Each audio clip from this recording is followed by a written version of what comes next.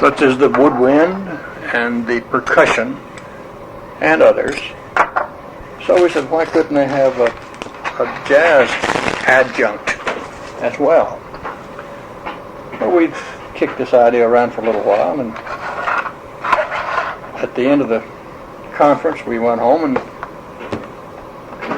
in our correspondence amongst ourselves, somebody said, well, Lou Worson's going to make a speech in Las Vegas before long. Lou Worson, incidentally, was the president of MENC and also in charge of music for the public schools of Philadelphia. And he's going to make a speech in Las Vegas. Since I lived in Palm Desert, California, it's about 250 miles, I agreed to drive up to Las Vegas and sort of sound him out on the idea of an adjunct organization for jazz.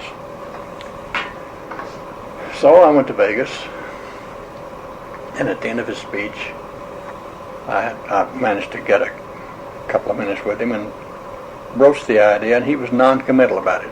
He didn't seem very enthused, or he didn't really turn me off, and so I didn't get much of a response, but I didn't get a flat no.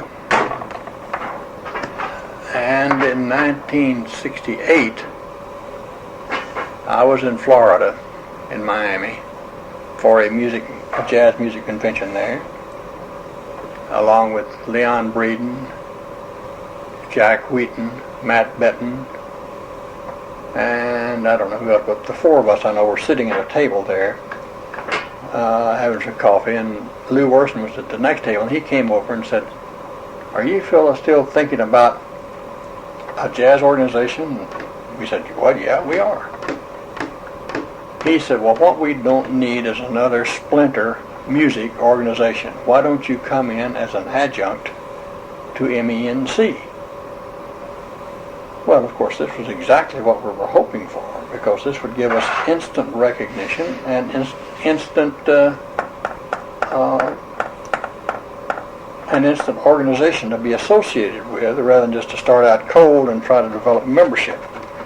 So we were delighted at that. And then he said, we're going to have our national convention in 1968. We were in Miami in 67 is what it was. I'm a year late. This is late in 67. He said, we're going to have the convention next spring in Seattle. Do you all think you could handle Friday night? And we said, sure, we could handle Friday night. Jack Wheaton says, I'll bring up a band from L.A. And Ralph Mutzler also was sitting there. And Ralph was from Seattle and had the program at Olympic College. And Ralph said, well, I can get a couple of free bands from around Seattle. And Lou said to Leon, can you bring up the 1 o'clock band? And Leon said, well, I'll have to talk to my dean about it. He says, I don't know. If he'll allow it, I'll be there. So the interesting thing is that, so far as I know, this is mine, that MENC had never allowed any organization to have more than 45 minutes on a program, and here he'd given us the whole Friday night. Well, Leon got back to North Texas. At this time I was at College of the Desert, I was at Stephen F. Austin by this time in Nacogdoches. Leon came back and checked with his dean and found that they would allow him to go, but they wouldn't pay his expenses.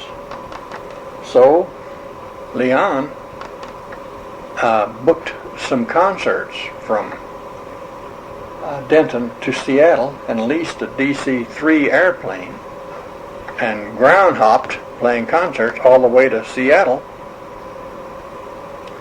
to play in this program up there. And we had Friday night there.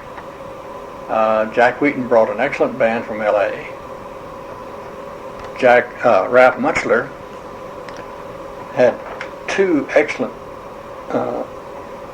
college bands from that area up there. So we had four bands playing that night. The North Texas band played last, and they did an excellent job, a fine job. Meredith Wilson was there, and Meredith Wilson was so excited about what he had heard that at the conclusion of the program he ran out on the stage and grabbed the mic and said, "You've made the old gal respectable," talking about jazz. Kenton was there and ran down the aisle and says, "You're putting us out of business. You're playing better than we are." So we had a great reception. We had a standing ovation from 3,200 music educators. So NAJE was launched. This was the new adjunct program for MENC.